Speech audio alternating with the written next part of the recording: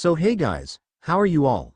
Welcome to. So we are back with a brand new movie on what if Temari and Naruto had worst experience in water park. But before we start, be sure to subscribe to our channel and like this video. Now let's begin the story. Temari was back in the hidden sand village and was cloud watching.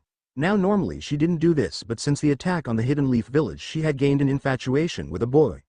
Anyone who looked at her behavior knew it, but they guessed it was the one she fought in the Chunin exam, Shikamaru, but they'd be wrong. Gaara was the only one who knew for sure, and only because he read her diary. Naruto Uzumaki, he murmured to himself. You'd better not break her heart. Gaara knew that Naruto was a good guy. After all, he managed to save Gaara from himself. Temari suddenly jumped when a sand Anbu appeared right above of her. Temari, the council wishes to see you. Me? What for? It normally was unusual that the council would call on a genin, but she was the daughter of the now late Kazekage. I was only told to retrieve you, so come with me. But as the Anbu reached for her, Gaara's sand encased his arm and he looked to the assailant. Do not touch her. Gaara spoke in almost a whisper to show that he was serious. I will escort her. And with that he released the Anbu, and the Anbu, not ready to die, retreated. Temari was smiling at her little brother. She couldn't help but feel happy he hadn't killed anything in a while and also had become very protective of her and Konkuro. As the three walked through the halls, they could feel the air get more and more intense, as if a death sentence was being issued. Do you guys feel that? Konkuro said as the air gave a dreaded feel like when Gaara released his demon. Yeah, came Gaara's monotone, as bad as it felt for the other two. All Temari could do was gulp, because she knew whatever the council wanted it had to with her. It only got worse when they entered. All the counselors themselves looked nervous. At the center of the table was the temporary head counselor acting as a substitute for the Kazekage. He was by far the oldest, still fairly tall. He was bald, but his beard reached the floor even when standing, and his voice still held power despite the deception the years have had on him. Temari, daughter of the Kazekage, do you know why we called you? His booming voice demanded. She simply shook her head. We have called you in regard to the state of Suna. After the discovery of the late Kazekage, we tried to re-establish the alliance between us and Konoha. With their lack of a Hokage and our lack of a Kazekage, they refused on answering until they appointed a new Hokage, or at least until we sent a different sort of treaty to their council. What do you mean, head counselor? Temari felt something bad was coming, but she knew it might just be superstition from her years of ninja training. First, there is more to disses. Do you remember your report on a Naruto Uzumaki? At this, Temari nodded. I've had my personal research team look into him. At the Konoha Academy he scored the lowest in everything up to the graduation exam. Temari's eye began to twitch. How could he use Jonin-level jutsu when he couldn't even use Academy-level ones? But it stands to reason that this was caused by him being a Jinchuriki as well. Everyone's eyes shot to the head counselor. But head counselor, if he too is a Jinchuriki, why did you? Spoke one of the other older men in complete confusion. The head counselor put his hand up to silence him. There's still more. After everyone was quiet again, he continued. He was assigned to train under the copy ninja Kakashi. Everyone's eyes widened at this. And the Toad Sage Jiraiya has taken him as a disciple. At this point the counselors were starting to sweat, and based on Temari's description on the Toad he summoned during his battle with Gaara, it was the Chief Toad. At this point the others began to tremble. Temari was beginning to fear where this was going. She feared that this was the beginning of an assassination mission.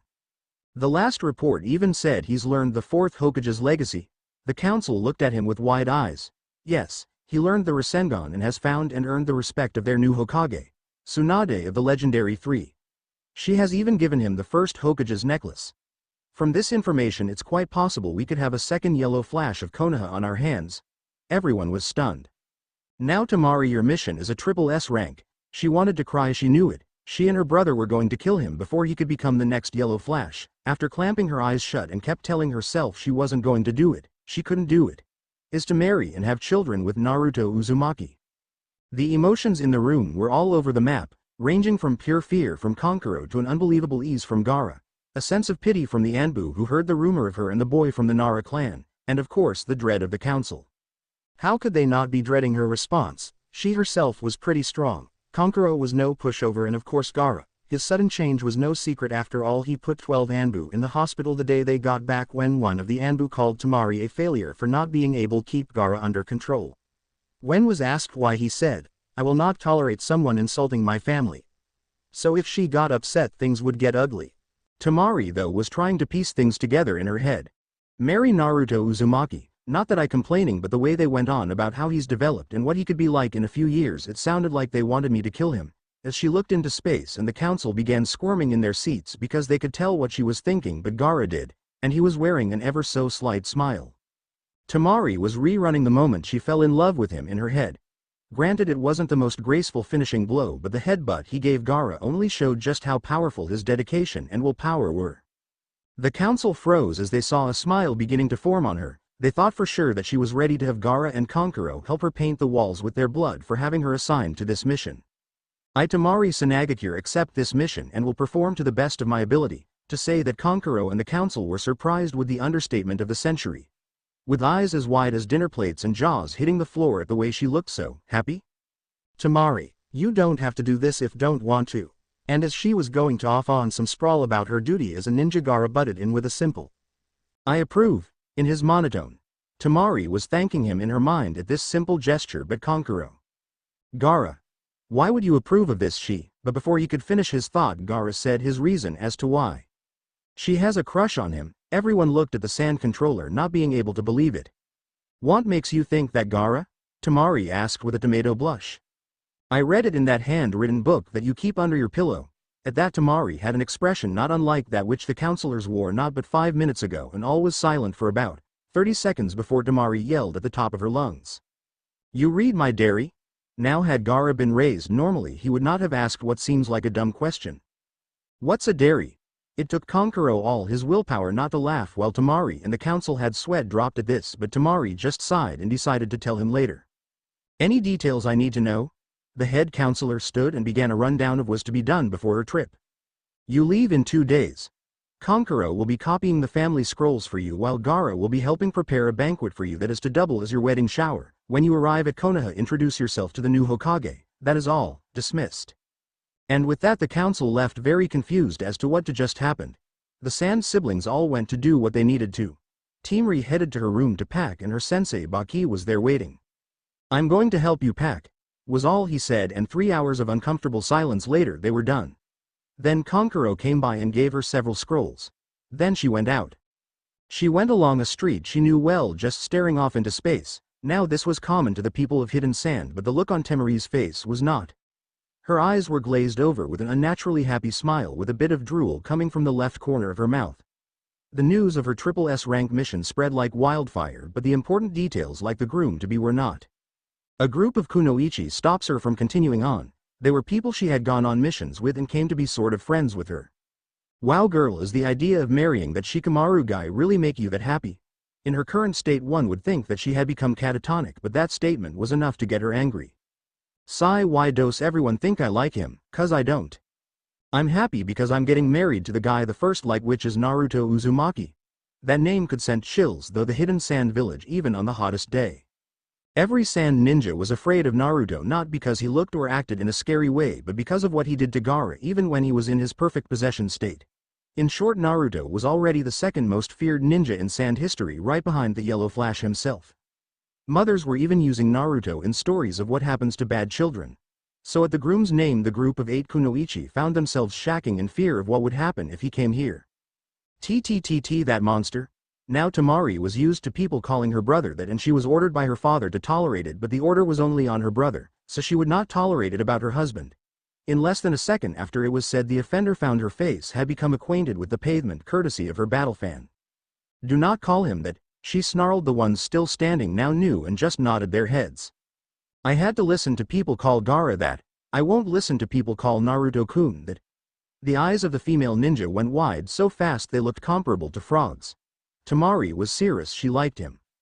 Well, good, you got he guy you liked. The shortest member of the kunoichi. She was about the same height as Naruto but had long black hair with her arms, legs, and stomach covered in fishnet, and the rest of her was a basic black outfit. While her response made Temari happy, everyone else stared at her with a, "Are you crazy? Look. My wedding shower is tonight. You're all welcome provided you don't make any snide comments about Naruto-kun." The girls all nodded and ran off to get Temari her gifts. Meanwhile, Achu sniff, I must have a cold, Naruto said to no one in particular, but everyone had a bad feeling about going back to the village. Why'd I feel that I should take Naruto off training? Sure, he'll need it later, but not right now. Just something's happening under our noses, thought Jiraiya. Why do I feel like smashing in skulls? Thought Tsunade. She'd been feeling it since the day started and Naruto kept sneezing. I wonder if I should give Naruto the talk. I doubt anyone else has and I'm getting a weird feeling, Shizune thought. Weird thoughts for sure, but she kept getting the idea that he needed it soon. Something big is going on, Naruto finally voiced. What makes you say that? Questioned Tsunade. Just a feeling. After hours more of walking, they finally see the great gates of Konoha. Now normally Naruto would take off running toward them the instant he saw them, but today he got a new type of forbidding. Normally he didn't care about the malice the village sent at him, and normally the guards would even try to prevent his returning. Today though would far from normal for Naruto. As soon as they neared the gate he readied himself for the usual attack, but when it didn't happen his first thought was it was because of Jiraiya and Tsunade were with him, but then he saw their smiles directed at him. The smiles weren't warm and compassionate, no, they were just as venomous as their angry glares. Hey Ba-chan, quit calling me that, something's wrong. What do you mean? Normally the guards attack me when I come back to the village. This comment caused Tsunade to start gritting her teeth. But they were smiling, evilly. Never a good sign in a village of fools, came the voice of the old toad sage. You think something bad gonna happen?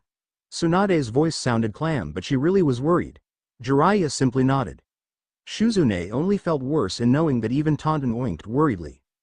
The group's fears were only worsened when they reached the center of town, where the whole council of the Leaf Village was there to greet them, and most wearing the same evil smile as the guards. The elders stepped forward. We welcome you, Lady Tsunade, said the old man. Don't know their names. There is a matter that needs your immediate attention, said the old woman, handing over a scroll marked with triple S's all over it. Whoa, Ba-chan just got here and she already has to deal with such important stuff. Tsunade opened the scroll as if it was just another mission to be assigned, but as she read it her eyes started to widen. She clenched her jaw and began to grit her teeth. Geez, whatever it is, Ba-chan is pissed about it. Naruto hadn't seen Tsunade ever get so pissed. Even her old teammate Jiraiya was getting worried because the last time he saw that expression was when he got caught peeking on her before she nearly killed him. What is it, Tsunade? Not saying a word, she rolled up the scroll and shoved it into him. After a minute to rub his now bruised ribs, he opened it and began to read. Much to the surprise of Naruto and Shizune, his reaction to whatever was in the scroll was almost the same as Tsunade's. His hair spiked like his needle Jezo Jutsu and his teeth seemed to get sharper. The killing intent coming off the two Sannin was enough to make the council nearly piss themselves. Here, Naruto. Jiraiya handed the scroll to him, which confused Naruto, but he took it and began to read. His face showed pure terror. At this the two elders smirked. No way! Screamed the orange-clad ninja as he threw the scroll with so much force that when it collided with the elderly man's head it caused him thrown back into the ground. Before anyone could do any more, Naruto took off at Shunshi level speed.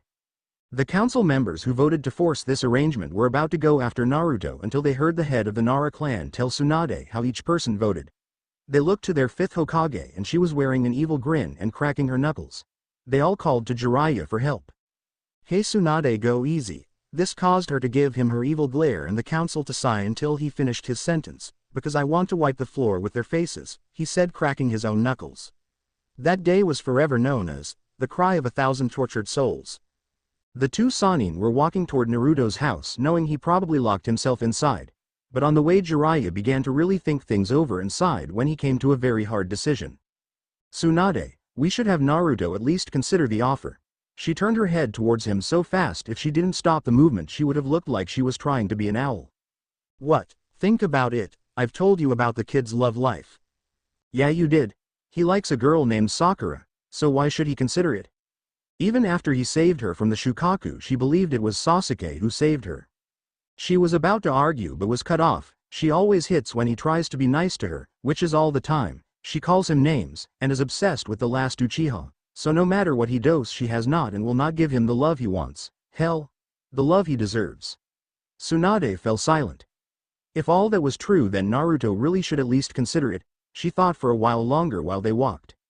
Hey Jiraiya. Yes. What do you think of a vacation? ESSH, one day here and you're already want a vacation. Not me, you perverted baka. Naruto. This only got a raised eyebrow from Jiraiya. If he's to consider this seriously he'll need to free of any distraction or the influence of the villagers. Jiraiya nodded his agreement. When they finally arrived, they snuck in knowing Naruto was probably scared shitless by the idea of the marriage to Temari, but packing to run away was overkill. Naruto, now planning to run away, would normally piss off most of the people he knew. He slowly began to turn around, thinking it was Sakura planning to slug him for trying to ruin her chance to get his offer back. He was strangely relieved to his Ba-chan. Listen, I understand you being scared at the council trying to force this on you, but Jiraiya and I have decided that you should take some time and consider this. What? Naruto, please calm yourself and listen. Naruto did as he was asked to before Tsunade continued. I've heard all about Sakura and everything you always overlook in your infatuation with her. Naruto scrunched up his face in anger. How she hits you over nothing, calls you names, her obsession with the Uchiha kid, her lack of gratitude for when you saved her life, and her refusal of your love for her. You more than earned it at this point, you deserve it. Naruto was now staring out into space at the speech. Well, good thing you're packing, you'll be gone for 2 weeks. She put 2 of her fingers up for added affect. Huh? What? Tsunade sighed at this. I'm giving you a 2-week vacation starting tomorrow, and here. She then hands him a pile of bills. What's this for? For the money me and Jiraiya took from you, and a lot more, because if you decide to take the mission I want you to get her a gift. Naruto nodded. Hey Tsunade ne-san. Tsunade snapped in his direction with a loving gaze. Yes? Sai, could I leave tonight? Her smile faltered but nodded. 15 minutes later. Konoha gates. Naruto gave his surrogate mother and sister a hug each, as well had the normal spat with his surrogate grandfather, then walked off. What's wrong, Tsunade? You should know better than anyone, you old perv. The 3 members of Naruto's family stood there for a while longer before turning into the village. Hey Tsunade. Yes? Want to make some hell for the assholes? Tsunade smiled, knowing what Jiraiya had planned. Back to Naruto. Sai, what did I see in Sakura? I mean, how did manage not to see all that for so long? How could I be even that stupid? Because right before the Emotem showed up, she was the first to show you friendship and you just clung to it. What? That's it. Yep, sorry. It's not your fault. I was being stupid. Everyone wants the stupid Uchiha just because of a bloodline. Want me to give you a bloodline? You can do that? Naruto was glad that he learned to speak in his head, cause if anyone had walked past him they would think he was nuts. Yeah, you see, I feel kind of bad for you, so I'll give one better than the Uchiha. It'll be ready by tomorrow. Anything I should know? Yeah, since I'm giving you a bloodline I have to remake your entire body from scratch? Huh? Basically I'm tearing you apart on a genetic level, something even your Hokage couldn't do. Will it hurt? No, how can I trust you? 2 reasons. 1. Demons can't lie, and 2. I've already started. Wow, anything else? Your hair will be longer and your eye will be pure blue? Why's that? Because you're basically being born again in the eyes as Bekasu. You need a sign of your new bloodline. Cool, thanks. No problem. Oh, and I think you should marry the other girl. Naruto stopped in the middle of the road and thought about. Surprise, surprise, Sakura. Okay. The Kyuubi smiled, knowing that this was going to be end result anyway from the way the pink-haired bitch acted. Naruto starting at running at full speed to his destination, the land of waves. He felt something new, he didn't know what, but he kept going. After all, he had to think of a gift for his new girl. The next morning, land of waves. Naruto had fallen asleep in the woods and woke up early to discover his hair had changed. It was still spiky on top, but the sides and back reached his upper back. It was a strange cross between his father's and mother's hairstyle, but still pulled it off. His eyes' pupils were all deep, shiny blue. He looked at the bridge, remembering just about 2 months ago the bridge was just finished. He looked up and saw the name, and his smile softened and he continued on toward the town. Hey Kyuubi, what's my bloodline? No name for it, but I gave you the special abilities of the first and second Hokages. Naruto froze. The first and second, he couldn't believe it. Higher natural healing and much larger reserves of chakra. All that. Consider it an apology for your life and a wedding gift. Thanks. The fox smiled warmly, though no one could see it. Naruto arrived in the village and began to snicker at the sight before him. All the children had styles like him, Sasuke or Sakura. Many girls had put pink strips in their hair. One child noticed the new arrival and, looking very close, saw his whisker marks were real. Naruto's back. In the blink of an eye he was surrounded by kids all cheering to see the village hero, but someone pointed out the changes. Hey Naruto, why do you look so different? Oh, it my bloodline. Several of they started to oh and ah. What's it do? Is as good as Sasuke's. That made Naruto absolutely pissed. It's always about Sasuke. I'll show them. Better. Naruto then walked out onto the lake that surrounded the village and, making one hand sign, a tree standing over 30 feet tall emerged in just 1 minute. This sent waves of astonishment, though not only the kids but the adults who had gathered. After reaching the shore again, Naruto threw a kunai with 3 explosive tags on it. When it made contact, the kunai caused a massive explosion. When the dust settled, it reveled the tree didn't even have a scratch on it, once again causing great shock to the people. Then suddenly turning around, gathered water around his arm without using any hand signs and preformed the second Hokage's legendary move, hardened water drill, reducing the tree to nothing but slivers of wood. The village stared at the orange-clad hero who was more powerful than ever. "Is that really you, Naruto?" asked a little voice that Naruto to be Inari. Shizune.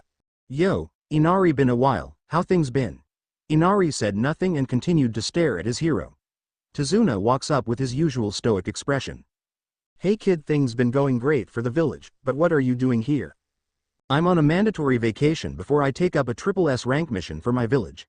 Shizune's expression was priceless to Naruto, as his jaw dropped and his eyes went wide and sweat began to pour from his temples. His reaction was understandable given that the Land of Waves mission was classified as an A rank but now a triple S. The very idea of that scared the hell out of him. Naruto could easily see the fear in Shizune and decided to put his mind at ease. "Don't worry, it's not really dangerous, just important." "What could be that important?" "The Hidden Leaf and Hidden Sand are trying for an alliance, but the councils of the 2 villages have agreed that a political marriage would make the alliance much stronger." After revealing his next mission, several of the village girls began to complain. "Naruto, you're getting married," shouted one girl while another called, "That's no fair. I wanted to marry Naruto." Several other similar cries made Naruto give a small smile. "I never would have guessed that I'd be popular with girls of any village, even if they're just kids. Hey, pervy sage would have a field day if he learned of this." "Hey Shizune? Do you any good weapon makers?" "Yeah, why? I've decided even if this marriage is being forced on us, the least I can do for her is treat it like a real one." All of the adults in the village smiled at the 13-year-old ninja. He was being serious to a girl he was being forced to marry. That sort of commitment was rare these days, so they could only hold more respect for his decision. This way, and the 2 of them walked off to find the smith. On the simple lake of Inari's house stood about 100 Narutos stood. Since his arrival he immersed himself in training, while his 100 or so clones did several chakra control exercises, water walking, on water meditating, needle spinning, leaf concentration, etc. The real one stood off to the side holding a Rasengan in each of his hands. With his eyes closed he looked calm and collected, but on the inside he was getting very excited about returning. He was sure no one could recognize him by anything except his chakra. Naruto now standing a couple of inches taller with shoulder-length hair and brand new cloths. He wore a long dark orange outfit, Gaara's from Shippuden part except dark orange, and over it a jacket like the 4th Hokage's but black with light blue flames at the bottom and a mask like Kokshi's. Suddenly his eyes snapped open. Naruto hadn't completely left the village as he left a clone behind just in case something bad happened. The clone had just dispersed and Naruto was given the knowledge that almost all the Junin had left the village and they were under attack. "I need to go." With that, Naruto dispersed all the clones on the lake and ran into the house. After a quick explanation he summoned 2 toads and asked for one to reverse summon him and one to stay here and get the gift. When it was finished, after one last goodbye to Inari, Naruto disappeared in a puff of smoke. Area change. Hidden Leaf, Wind Scythe Jutsu. With that, Temari had hit 5 goons, but all turned out to be just a more advanced version of the clone that acts like the shadow clone but was still just a genjutsu. Damn, more of these clones. With her guard lowered she didn't notice the real ninja until they were too close to blow away. Rasengan. Came 2 voices, both the same, and when Temari opened her eyes she saw the 2 enemy ninja flying in a spinning motion. With the turn of her head she saw a speck of yellow running down the street. Naruto. She knew that the Hokage had sent him on a vacation, where to nobody knew. Area change. Hokage's manor. Tsunade was surrounded by 50 of the unusual clones and was panting. "Too cowardly to face me, so you hide. Cowards we may be, but clever cowards." Tsunade's eyebrow twitched. These close had the annoying habit of completing each other's sentence. Deep forest devastation. The cry had caught both Tsunade and the enemy ninja off guard. In moments trees had grown everywhere, catching all the clones and the real one. "You bastard! Let Mo go." Naruto walked slowly toward the nin while charging a Rasengan in his right hand, and with a look that promised much pain he told the enemy, "How dare you attack the Hidden Leaf village? You will pay for your crime." Rasengan. "Who are you? How do you know my grandfather's jutsu?" And the Rasengan. "Cool it, Ba-chan." Tsunade's eye once again began to twitch. "Hey, No one calls me Ba-chan expect. Naruto? After Naruto nodded, Tsunade's jaw had practically fell off her face. What happened? You look different. Naruto gave her a double-eye smile. Let's talk in your office. After all, what I have to say is S-rank assert. Tsunade nodded her understanding and got up. After entering Tsunade's office, she put security seals and sat down ready to hear Naruto's explanation.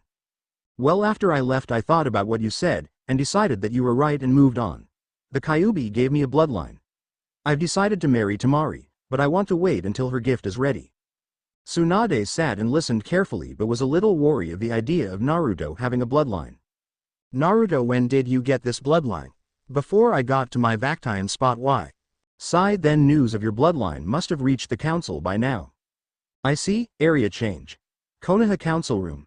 The demon brat has gained a bloodline ability, shouted a worried civilian member. What should we do about him? He's now more dangerous than ever, shouted another. All of the civilians were worried, but all of the shinobi were thinking of how to use this as an avantage over other villages, and it was Danzo who finally called out an idea. I believe we should put the Clan Restoration Act into play. This enraged the civilian members. What? How can you suggest such a thing, Danzo? The boy has strong loyalty to this village, and according to what my informates told me, there's a reason that keeps calling the Hokage Ba-chan, as his bloodline gives him the well-known wood-style jutsu. After some murmuring, one called for a vote and they began their decision. Clan Restoration Act backfire. Naruto was in a bad mood. First he had to return early, then there was the commotion in Tsunade's office, and now a summons from the Leafs Council. Flashback jutsu. Lady Tsunade, did you hear there's some guy who not registered in our archives who's still wearing our symbol? The pink hair annoyance was silenced by the sight of the ninja that now had half of Konoha worried. What's he doing here? He is one ours. His profile just hasn't been updated yet. This caused a look of understanding to come from both Sakura and Ino, who was right behind her pink-haired companion. They both took the time to take in his features and they both found themselves drooling. Tsunade, though, thought he looked like an odd cross between Kakashi and a shorter-haired version of Jiraiya. After a couple of once-overs by Ino, she decided to put on the charm. Hey there, hot stuff, Ino said as she walked up to Naruto, swaying her hips in the most seductively as she could. How would like to go out sometime? Naruto, though he looked stoic on the outside, on the inside he was rolling around laughing at her antics, but then he thought of something he thought would be funny. Sorry, I'm engaged. The young blonde looked crushed. Ain't that Tsunade high am I? And with turn and a wink the two girls looked. They had walked in on the most disgusting thing in the world, and the two actually fainted when the old drunk retuned the wink. The two proceeded to burst out laughing. That was a good one, geeky. Thanks, Ba-chan. Then out of nowhere an Anbu appeared. You have been summoned to the council. And with that he left. Flashback end. He had a fair idea what they wanted. They probably wanted him and Temari to start fucking like rabbits and then use their children as human weapons, not on his watch. After tearing into the room looking pissed as all hell, he just got to his point. What the fuck do you people want? This had greatly angered many on the civilian council, while the ninja clan heads found it amusing. Lord Senju, please lower your voice. That caused confusion for both Naruto and Tsunade. I'm not of the Senju clan, yelled an annoyed Naruto. Actually you are, as your ability to use the wood release style proves your relation to Tsunade, making you the heir of the Senju line. Naruto was about to retort when a bodiless voice interrupted. That's not all. In a poof of smoke stood Jiraiya. He's also the son of Minato Namikaze, the fourth Hokage, and the son of Uzumaki Kushina, the princess of Whirlpool, and if he can indeed use the first Hokage's jutsu, then he's the heir of 3 clans. At this point the civilian council was smirking, with him not only being the last of the Namikaze, who by itself was reason for CRA, but 2 other clans and has a bloodline. Now then, Naruto-sama, as are the last of 2 clans and the heir and last for the Senju, you are to take multiple wives. I refuse, was Naruto's simple reply. You have no choice as the matter. This is the council where everyone voted in favor it. What? Ba-chan, help me here, will you? After an aspirating sigh, Tsunade replied. Sorry Naruto. I still about a week before I'm going to be officially sworn in as Hokage, so until then I have no say. Naruto looked almost ill. Then she even continued, even if I did have a say in this I would be for it. Ba-chan, listen Naruto, before this I was the last Senju and I can't have children anymore, so someone needs to bring back the Senju and you're the only option. Naruto sighed and nodded in defeat. You will be required to have no less than 5 wives and they can be civilian or ninja. It's your choice. Now you are also to be given your family estate and scrolls and 3 seats on the council and anything else that you are entitled to. They had him, he was in their trap, or so they thought. Each member of the civilian council began to plot to make the power of Naruto's family their own. With everyone thinking he was a fool, Naruto searched their eyes only to see greed and power lust. The one who fit this description better than anyone else was an elderly man named Danzo, but Naruto could tell that what he wanted was slightly different than the rest.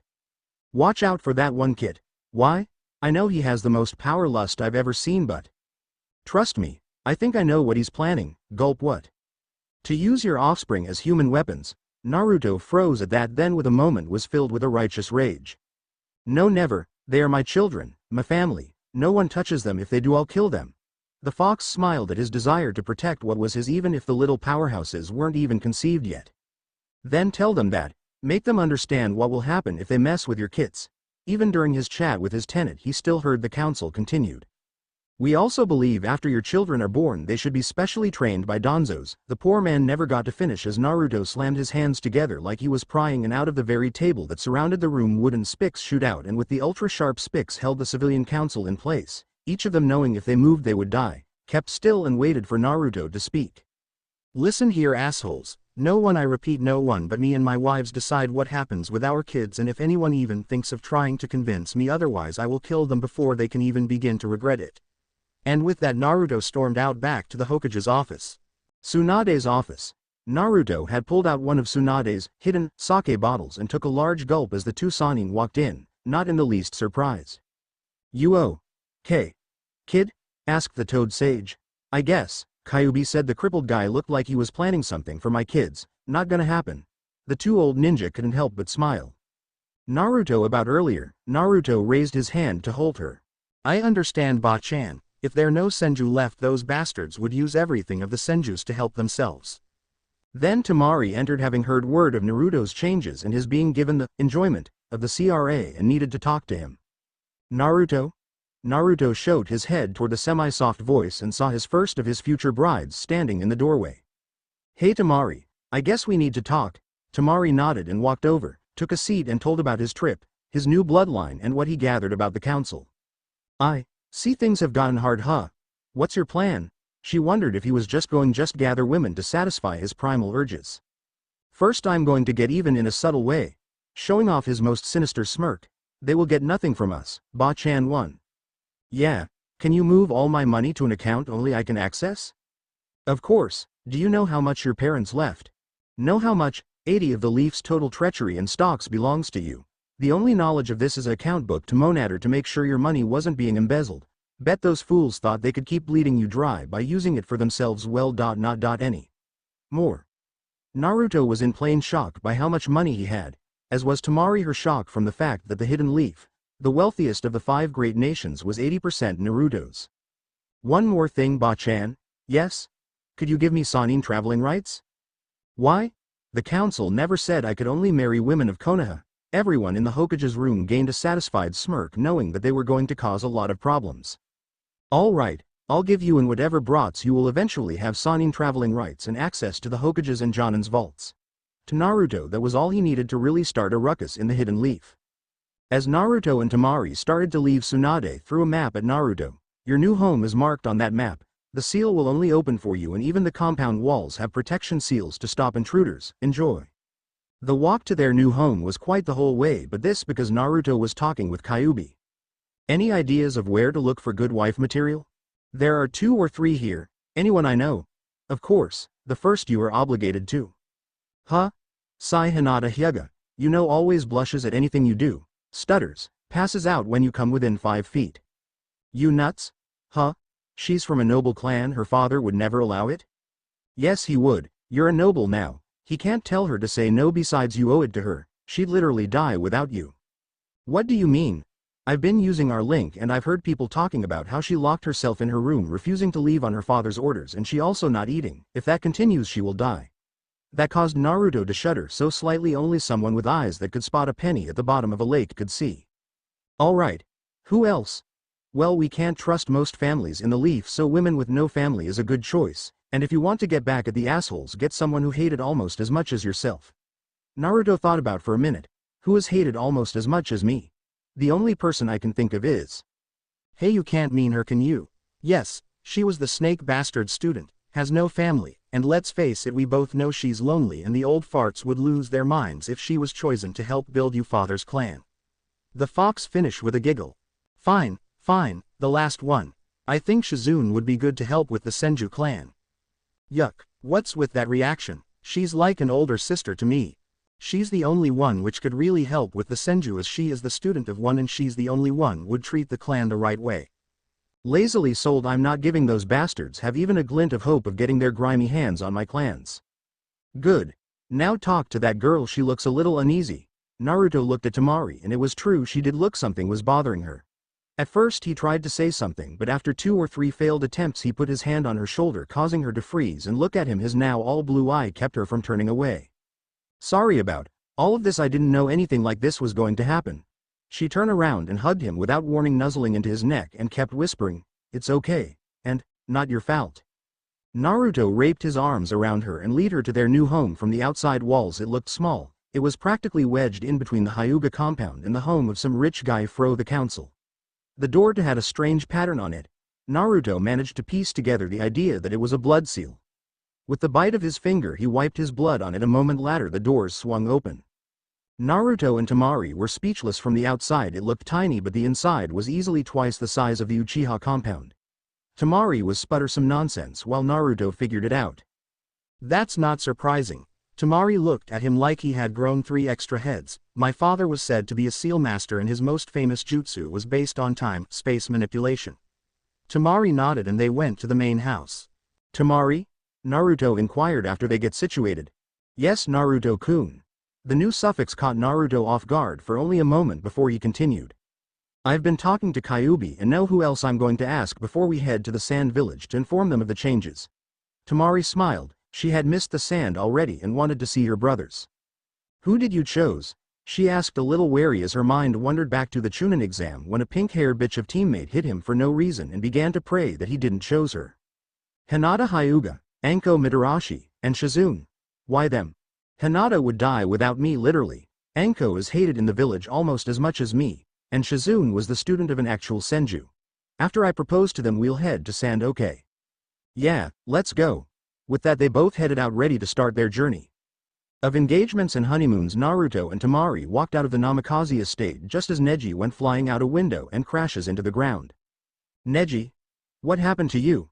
Lady Hinata, speak to Lord Heishi? Naruto and Temari walk into the Hyuga estate main building, see a very worn-out clan head. Hey Heishi. What's the matter? Now while most of the Hyuga clan would have been offended, he wasn't. He knew how familiar Naruto was with people and he hoped that Naruto being here would help with the Hyuga clan's little problem. Ah Naruto, good timing, we need your help. Huh? What wrong? It's Hinata. Since the news of your engagement to the sand girl, she's hidden herself in her room refusing to eat. Not only that, whenever someone tries to make her feel better they suffer consequences. The whole branch family has tried and all have ended up like Neji, as well as half of main branch, myself included. The one who got the worst was a fool who started off by calling you the demon child. And Hinata completely mangled his chakra network, broke his ribs and both arm, along with giving him a large concussion, and he is still in the coma she put him in. Naruto and Temari stared at him for a minute until Naruto fell over laughing. I'll be back, said Naruto as he walked off to Hinata's room.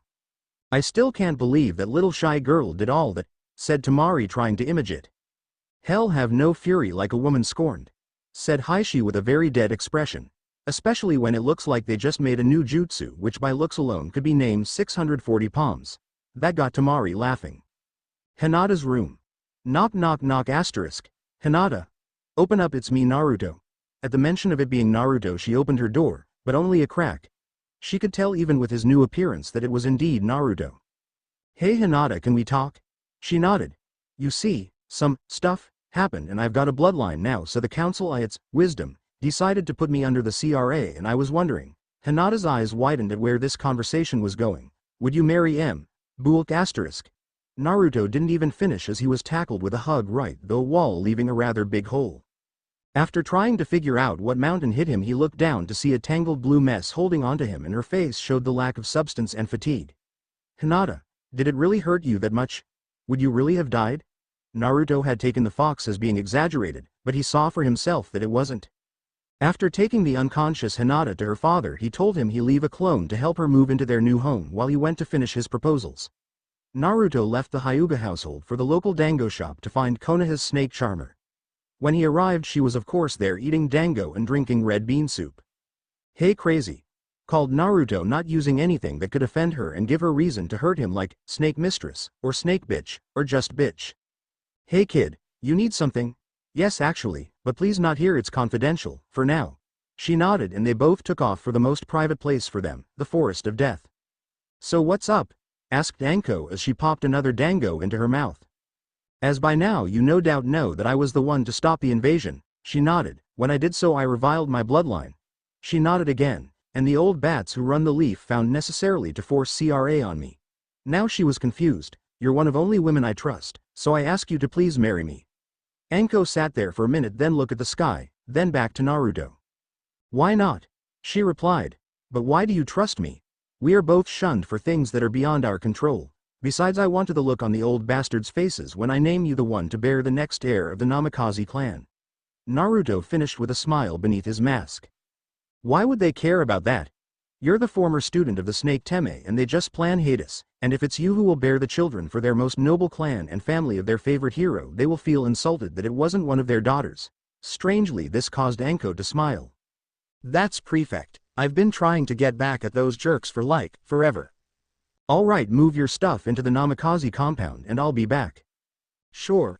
Then both ran off to what they needed, but had anyone got a good look at Anko's face they would have seen that she, like any to be married, was quite happy. After all, with her past she had given up on the idea that she would ever have a husband or children.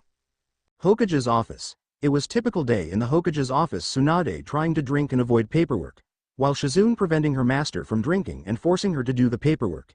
It was this strange balance that Naruto disturbed. "Hey Ba-chan." "Hey Shizune." "Hey brat." "Hello Naruto. Is there something you need?" "Yeah, Shizune, can I talk to you?" "Of course Naruto." After they found an empty room and locked the door, and Naruto took a deep breath to calm himself.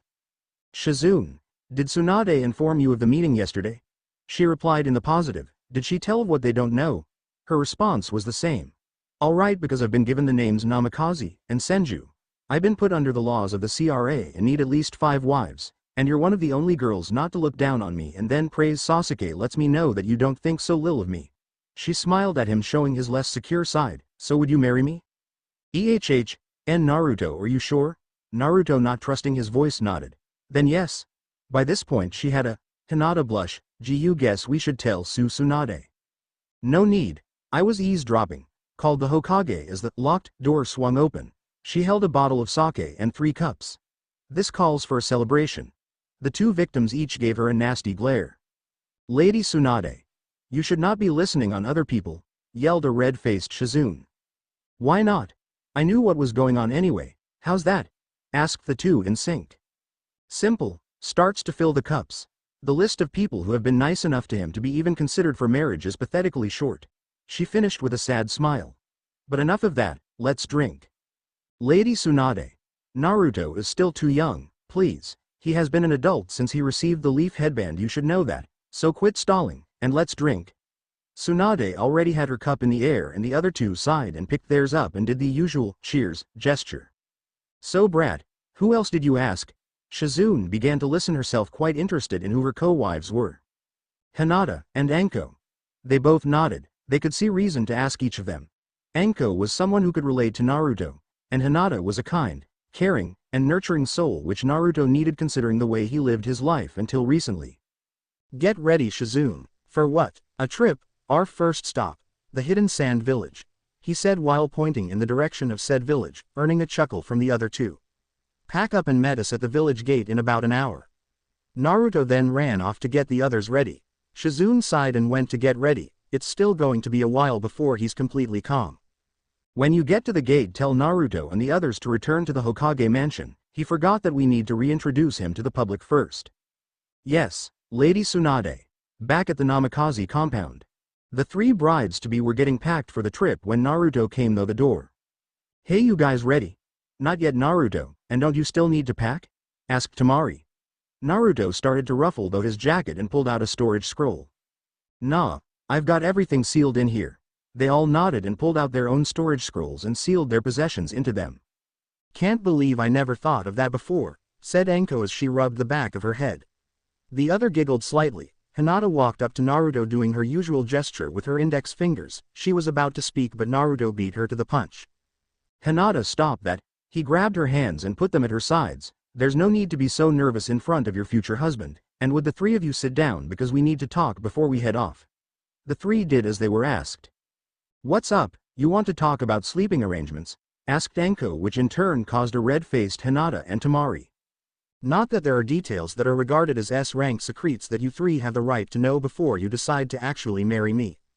This caused all three to put on serious expressions. 13 years ago the four Hokage fought and killed the Kyuubi no Kitsune. That's what people our age and other villages have been told, but the truth is that it could only be sealed into a newborn. That newborn was me, and because of me holding the fox I'm being hunted by a group of S-rank criminals and they may also try to do you harm. To survive we all must become stronger. He looked into the eyes of his chosen three and saw steeled resolve. That's it. Damn kid, I'm trying to kill a guy like that myself, came Anko's response. They will likely go after my brother, so I would need to get stronger anyway. I don't care about the fox, but let them have you, Hinata said as confidently as possible. Naruto pulled down his mask. His face no longer had any baby fat and his whisker marks were more defined, giving him a feral look. Thank you. All of them smiled and the atmosphere was a calming but intensely loving one. They all finished what they needed to do for a long trip and headed for the gate.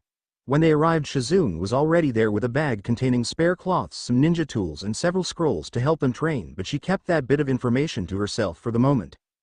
Naruto, we need to go back to the Hokage's manor. We still need to make your heritage public knowledge. Naruto's shoulders sank. He didn't like the idea of everyone knowing, cause they would all shout things like, the demon can't be a clan head, or, how dare the demon claim to be the fourth son, nothing but depressing issues. Do we have to? I'd rather not hear the public's thought on that.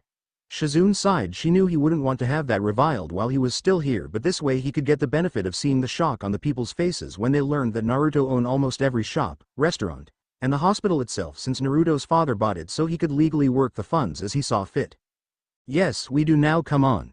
She grabbed his hair as she walked by to ensure that he followed. The others followed as well. Meanwhile on Training Ground 7, with Kakashi and Sasuke. Sakura had just ran up to them as they were training. The two were extremely annoyed because Kakashi was out of the village during the invasion and Sasuke had nearly been killed after using all of his chakra. He was saved by a guy in a long black jacket with blue flames. Yes, a Naruto clone. What's the matter, Sakura? The new guy, the one who stopped the invasion, he was flirting with Lady Hokage. So he injured now. No, she flirted back. Kakashi dropped his book. It was an unwritten law but everyone knew it. Flirt with Tsunade and you die. An Anbu appeared out of nowhere and handed Kakashi a scroll, then disappeared. After a minute he shrugged and opened it. What does it say, Kakashi-sensei? Every resident of the Leaf, Ninja or not is to report in front of the Hokage's manor for an important announcement, no exceptions. He shrugged again and walked off for the mentioned location and the other two followed suit. Outside the Hokage's manor, everyone in the village had gathered wondering what was going on. Tsunade's inauguration wasn't for another week. The older generations were all hoping the demon child was being thrown out. Then Tsunade and the two old advisors appeared into view. Now I know that you are all wondering why I called you here. I have something important to inform you of. We have found another descendant of the Senju clan, who is also the son of the fourth Hokage and the crown prince of Whirlpool Country. The crowd was stunned. No one voiced it. No one knew that the fourth had a child, much less a wife, who was a Senju and queen of a country. It has been decided that he was to be put under the Clan Restoration Act and to marry no less than 5 wives. The purpose of me calling you today is to introduce him and the wives he has chosen so far. The older Haruno woman began to rub her hand in a very greedy manner. Everyone knew what she was thinking: get Sakura married off to this guy and they'd have all the power anyone could hope to have. The crowd was cheering to meet the son of their hero. They won't be cheering for long, thought Naruto as his head sank. The girls saw this and tried to help him feel better. He tried. He had a reason to be depressed. The people would probably try to have him killed for claiming to be the fourth son. Very well, allow me to introduce Naruto Namikaze Uzumaki Senju and his brides-to-be. As the 5 who were mentioned appeared on the stage, the crowd had gone silent from the mention of Uzumaki. Naruto was in front of Tsunade, no mask, so they could see the evidence of who he was. After a minute, so they could take it in, They were outraged, and as expected the civilians began to call for Naruto's death for the lie that was announced. The riot was soon squashed by Tsunade's booming voice. Any more of that and I'll have you all executed. Silence once again. We have evidence. I was the one to bring Naruto into this world. We also have the blood work and a signed birth certificate from the fourth himself claiming Naruto to be his son, and as such he has claimed his inheritance. The deeds to almost all the restaurants, all the ninja tool shops, most civilian shops, the hospital, the ninja academy, and all the private possessions of the three mentioned clans. Everyone went wide-eyed. Naruto owned the leaf now. He could deny them anything, even things they needed to live. Even though the crowd was silent, a wave of malice could be felt from several senior ninja, one of which was Kakashi. Though he would never say it out loud, he was just as prejudiced and was now going to kill Naruto silently before the people to save them from the demon. He melted into the crowd and hid on the Hokage's tower and charged up a lighting blade without letting anyone sense his chakra, or so he thought, as Naruto's sharpened senses allowed him to smell Kakashi's chakra build up. As Kakashi charged at speed to make him a blur, Naruto caught the offending hand. This stopped both his attack and his heart in fear. Care to explain your actions, Kakashi? Asked a very angry Hokage. He's a demon. He can't be my sensei's son. Naruto then delivered a powerful kick to Kakashi's chest as he grew a tree in the flight path. Kakashi crashed into it and it grew branches around him, wrapping around every limb and even each finger to ensure that no jutsu could be used. You attacked an heir of my family, said Tsunade with a nasty growl. To attack an heir to a clan is an S-rank crime, and do you know the penalty? Kakashi became pale. Then Naruto added his 2 cents. For traitors there is only death, Hitaki. It was said with so much venom that it sent chills through the village. You can't kill him, came the smug voice of Sasuke. He needs to train me in the use of my Sharingan, so back off, dope, he said with a large smile as if he just got Kakashi off the hook. Well, Uchiha, what he did is an S-rank offense, and trying to stop his punishment makes you an accomplice, and therefore, you die too. Naruto's tone became sickeningly sweet at the last part, which made Sasuke a little nervous. How dare you threaten me, weakling? Sasuke said as he sent a fireball at Naruto and began to chuckle as he thought that he burned the only one who pushed him alive. His little delusion was crushed when he saw Naruto standing where he was before, completely unfazed.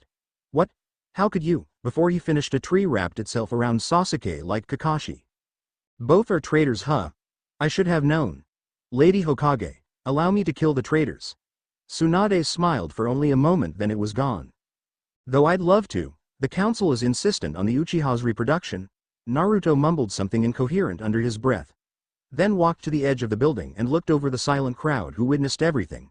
Then walked over to his wives. Fine, but, he then appeared to throw something that headed for Kakashi's Sharingan eye and destroyed it. I won't let a traitor to hold something like that. Lady Hokage, I leave the rest to you. And with that the 5 disappeared in a swirl of fire. Well, now to deal with the 2 of you, Tsunade said with a sinister smile.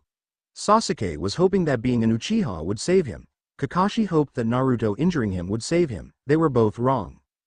Gates of the Leaf Village. 5 figure appeared out of nowhere. Even with a mask anyone could tell Naruto was pissed off.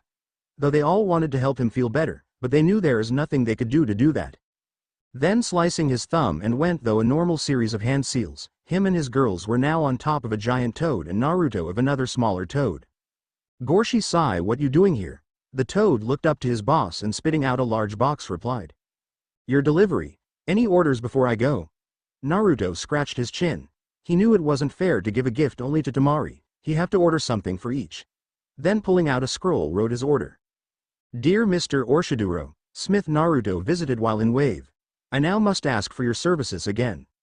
I'm in need of a pair of gloves that would help draw chakra out and control it to a needlepoint, and a senbon launcher that can make them from chakra and even give them a poisoned effect and make it light-weighted. Thanks, Naruto Uzumaki.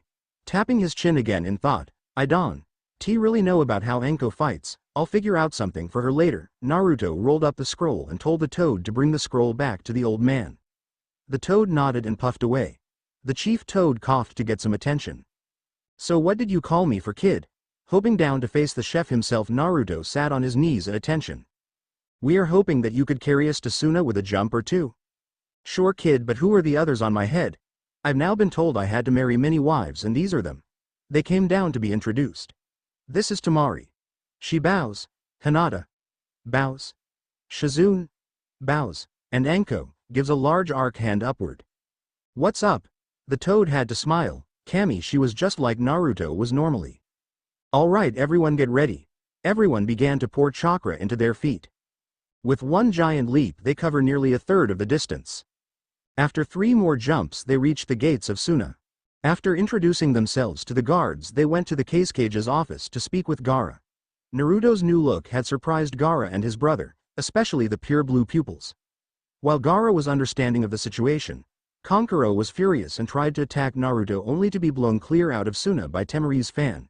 After a few good laughs they all headed to the Kage's compound. Naruto and the girls took the largest room and bed so they could all fit. Now who's sleeping where? Asked the purple-haired one who removed both her jacket and skirt leaving her in only a mesh outfit that reached about where the skirt's bottom had been. Naruto groaned, he had been dreading this. Temari was possessive, Anko was pretty dominant, Shizune was protective, and Hinata was likely to shy to say anything in this. Naruto will sleep in the middle with Temari on his left and Hinata on the right. Came the group's medic. Everyone gave her a shocked expression, then she pulled Anko to the side. Temari has been waiting for this chance and Hinata once believed this chance gone forever. Anko just nodded and told the other, to get your asses moving cause I'm tired, and everyone got into bed. Naruto was a little uncomfortable, but that's to be expected when during childhood the only contact you got was beatings and being literally thrown out of stores. Both Temari and Hinata were cuddlers he found out after only a couple of minutes. Both were content using him as a pillow and they seemed like they were having the best sleep they've had in a while. The other two also looked quite content. Naruto just shrugged, it didn't matter why they were happy, as long as they were happy. He decided to focus on sleeping. Tomorrow was a big day. After all, it would take effort to make an oasis. The end. Thanks for watching. Also remember to subscribe and like this video. See you in the next video.